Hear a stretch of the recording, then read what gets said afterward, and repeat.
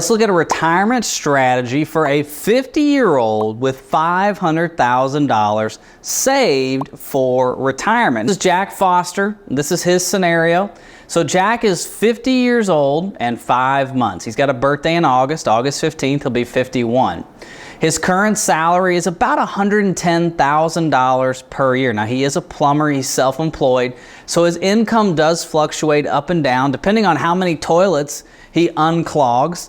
And so we've averaged it out over the last 5 years. It's about $110,000 for the last 5 years. I hope it's more than that, but we're just going to look at it at $110,000. And we're going to show a projected annual salary increase of 1%. So we're going to show more people clogging up more toilets and needing Jack for work. All right.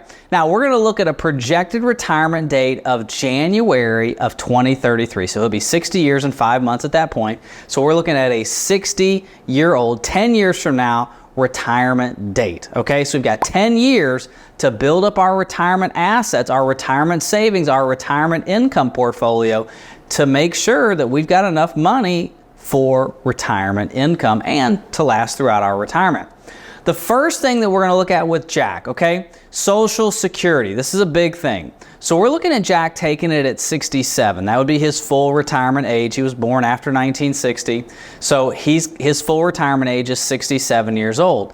$2,800 is his gross monthly benefit at 67. Now, he's self-employed, and so his Social Security benefit is less for someone who's made $100,000 a year for a lot of his career. But the reason for that is he's got a lot of business expenses that go on top of that. So $2,800 is what he's going to get for Social Security at 67.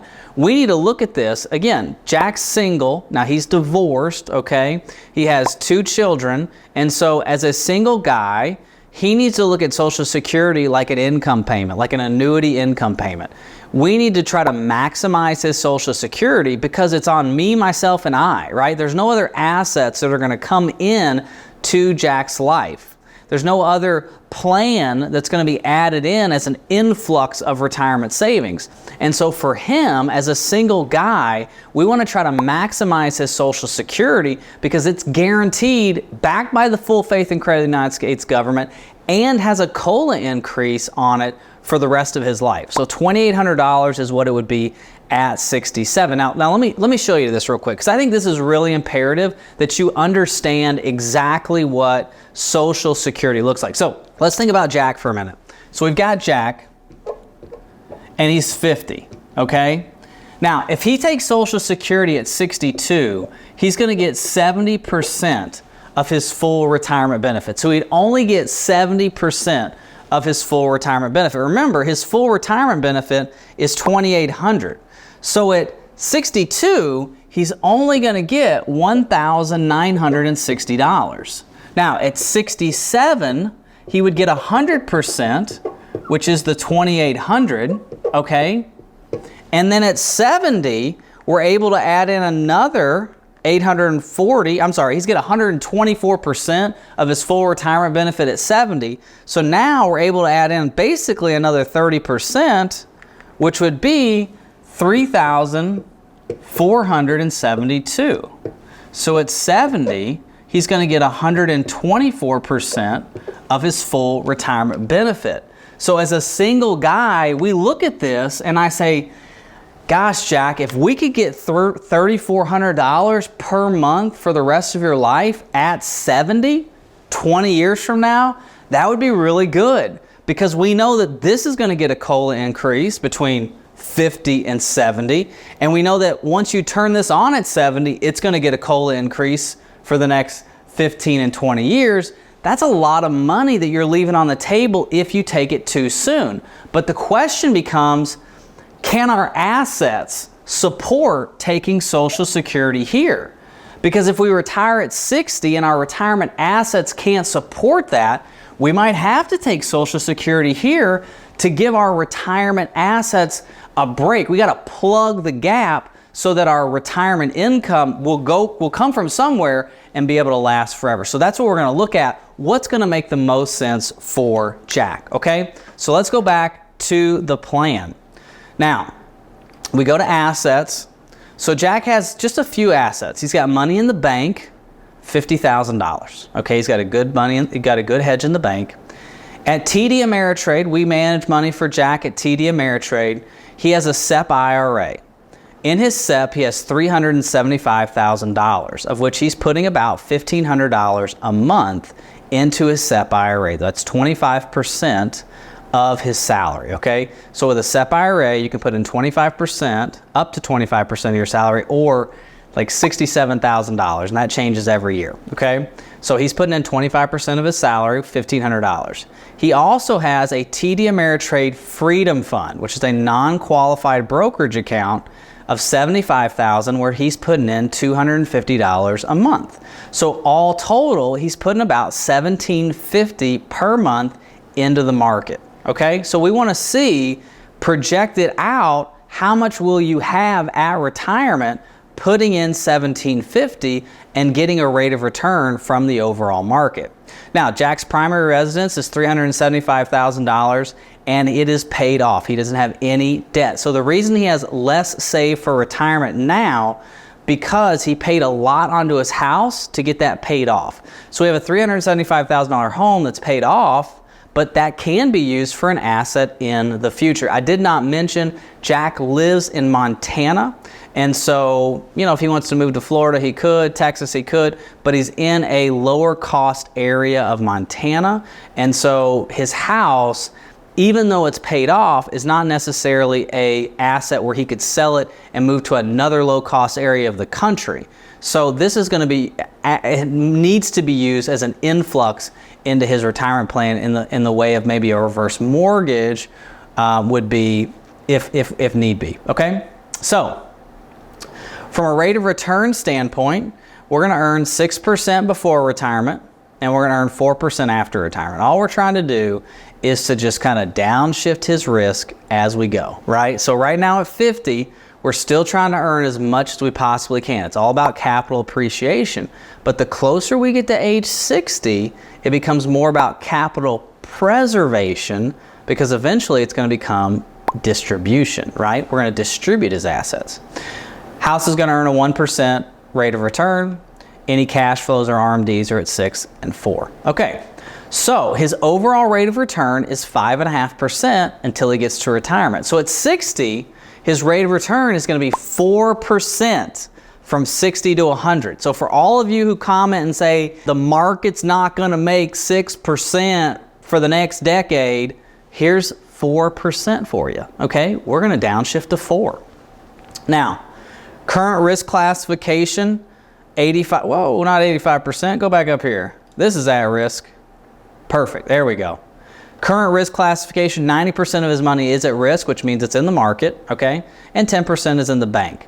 Taxes, this is bigger. 75% of his money is qualified, meaning there will be taxes that need to be paid on this. So the question becomes, on this money, do we want to do some Roth conversions? What's that look like? How can we get more money into the Freedom Fund or into a Roth IRA so there's less taxes in the future? What we want to look at from a tax standpoint is he's putting this $1,500 in for taxes every year. Now, he's self-employed, so he's putting money away as a deduction for his business taxes as well. He's trying to get his, you know, he's basically trying to get his tax bill as low as possible. It's just him. He's a solo guy, solo entrepreneur. So there's not any employees. There's no solo 401ks or 401ks. So he has a SEP. He's trying to bring his income down as much as possible. The deduction does that. So we need to look at what his taxes are going to be.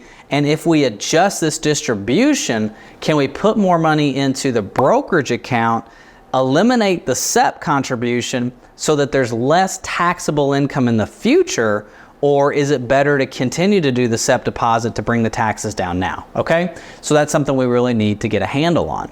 Now, from an expense standpoint, his expenses are $3,500 a month.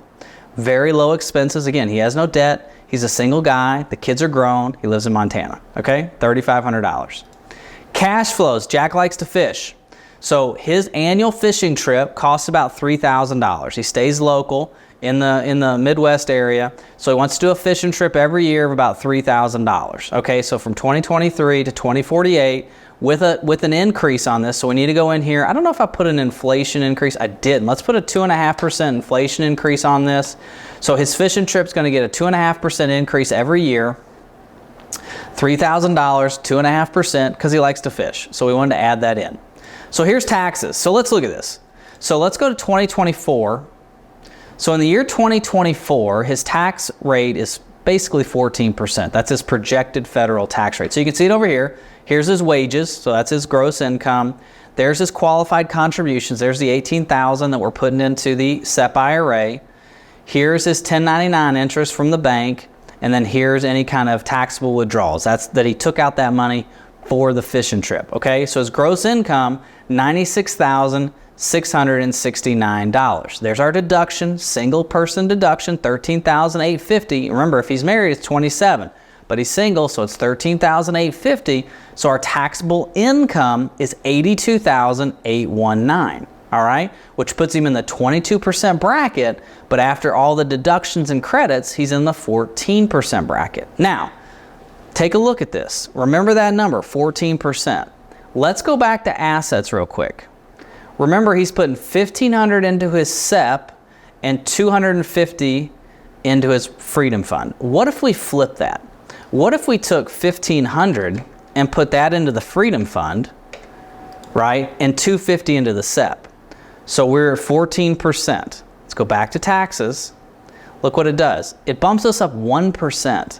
So from 13.94 to 15.06. Remember, 97,819. We were at 82. Now we're at 97,819. Remember, we $18,000 in qualified contributions. Now we only have 3. So it's something I can go back to Jack on and say, hey, Jack, if we adjust your contribution from the SEP to the brokerage account, your taxes will go up 1% now, okay? But in the future, you'll have less taxes because there'll be less money in the SEP. Do you want to do that? Okay, so that's a conversation we would have to have. Now let's go back and change it. Perfect. All right. So let's go to pre-retirement. This is where we're going to see, hey, how long is this going to last? So at 50, here's our gross monthly salary. There's our monthly contributions. You can see that $1,500 into the SEP, $250 into the Freedom Fund, $3,000. That's the fishing trip. We're going fishing. There's our net monthly income, $5,312. Net means taxes have come out of this. Net monthly expenses. So we have a positive cash flow of $1,700. Now, anytime you see green on the screen, what I'm going to do with the software is I'm going to take that positive green and we're going to put that into a brokerage account for Jack. So we're going to continue to build up that Freedom Fund. We want to continue to put money in there. Now, if he didn't have enough in his emergency fund, if he didn't have enough in maybe a savings account, we could build up those funds as well and then move it to the brokerage account. But because he has $50,000 in his savings account, which I feel is really good for where he's at, we can repurpose that money into a brokerage account. So when you look at this, we're at $500,000 right now at 50. At 60, he'd have $1.1 million in retirement savings. So let's go to retirement and let's look at this. And you can probably already see it up here a little bit. Basically in the year 2055, we're out at 83. Okay? He needs a rate of return needed to avoid a shortfall is 6.54%. Now remember, at retirement, we're running this at 4. So we're about 2.5% off what he needs to make this money go to 100. But as a single guy, mortality rates at about 84, 85 for males, maybe we just look at pushing this another 10 years. Okay? So let's look at this. So we're at 60. Here's our distributions. Here's 67 Social Security, the 2,800, which we talked about on the board. And here we are out of money at 83. So this is what I'll do I'll talk to Jack about. I'll say, hey Jack, at about 75, 76, your house is worth $486,000. You could do a reverse mortgage at this point if you didn't want to leave the house to the kids. If you were not concerned about legacy with the house, you could do a reverse mortgage. That would put an influx into the plan. Depending on where the real estate market is, you could sell the house and move into a smaller condo or something. Those two things, when I talked to Jack, were not necessarily it did not get him excited, right? It didn't set his wood on fire. So I said, okay, well, we need to go back to the drawing board. Let's go back to Social Security first. Let's look at taking Social Security at 62. So let's get 70% of your full retirement benefit. I know that's heresy saying that, but let's look at it. What if we took it at 62 with some COLA increases? Here we go, 1960. It's a great year for music. So 1960, he's taking it at 62. Now remember, look at this. If he takes it at 63, 64, 65, 66, he's still going to get an increase. 67 is the full retirement age. In 70 is where we're getting 124%. But let's just look at 62 real quick and see what happens. Go back to retirement. Look, we actually gained a year by taking it early. Why is that, Drew? Easy. We took Social Security early, right? So think about it from a bucket standpoint. We have this bucket of money, which is his Social Security. We have this bucket of money, which is his retirement assets. We're using this bucket for income. Well, he's 60. He needs a little bit more income than what the portfolio percentage can deliver.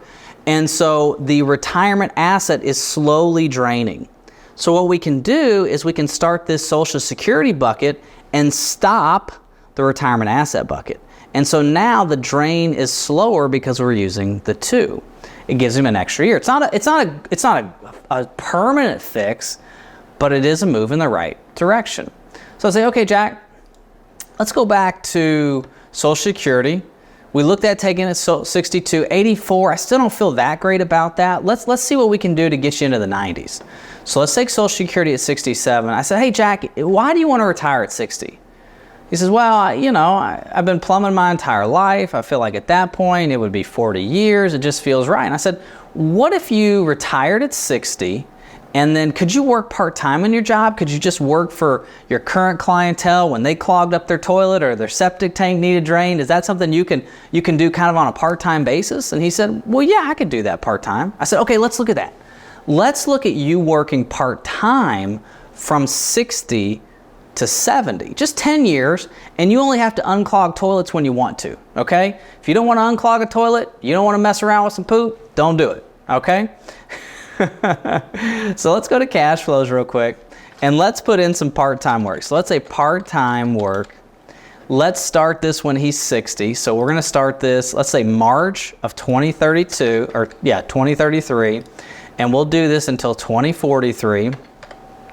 And let's just let's say you make 20, what do you say? You're at 110 now, part-time work. You don't want to work that hard. Let's say you make $30,000 a year. Okay, so 30,000, divide that by 12, that's $2,500 a month. Okay, $2,500 a month. From 3 of 33 to 43, we'll increase that by just 1% a year. And that's going to come from your work, and it's going to go to pay expenses. Okay, so part-time work, unclogging toilets, let's do it. So that's an inflow, $2,500, we're going to start it there. So let's look at this now. So now, you see this? Here's our part-time work coming in. Boom, boom, boom. We're going to get that for 10 years. Okay, $2,500 for 10 years, giving a little bit of a Social Security, or giving it a little of a cost of living increase right there. And now we're out of money at 90. I feel a lot better about that. I feel pretty good about getting us to 90, and look at our rate of return. It's down to 5.72, which means now we have less that we have to earn in the market. And I say, hey, Jack, how do you feel about that? I feel pretty good. I say, okay, let's look at one more thing. Just for me, what if you worked for 2 more years? You didn't retire at 60, you retired at 62. So let's retire you at 62. Okay, Jack, just hang with me. I'm not telling you to work any longer. Just hang with me, okay? We're gonna work for 2 more years. That means our part-time work is not gonna start until 2035. We're still gonna do it to 70, so I'm not gonna have you working part-time for 10 years, 62 to 70, just 62 to 70, okay? But we're gonna work for another 2 years, which means we're gonna get another 2 years of this coming in, okay? What does that do? 94. Get you an extra 4 years. What do you think about that, Jack? And that's the conversation we have as we're doing the EKG, as we're going through the financial plan, because it's not necessarily a set it and forget it, Pillsbury dough, sprinkle pixie dust, it's going to work. This is work that we do together. And if you want a financial EKG, go to the description of this video, get in touch with me. Let's put one together for you to get you to retirement, to get you through retirement, and protect your ability to stay in retirement. Thank you so much for watching. God bless. Bye-bye.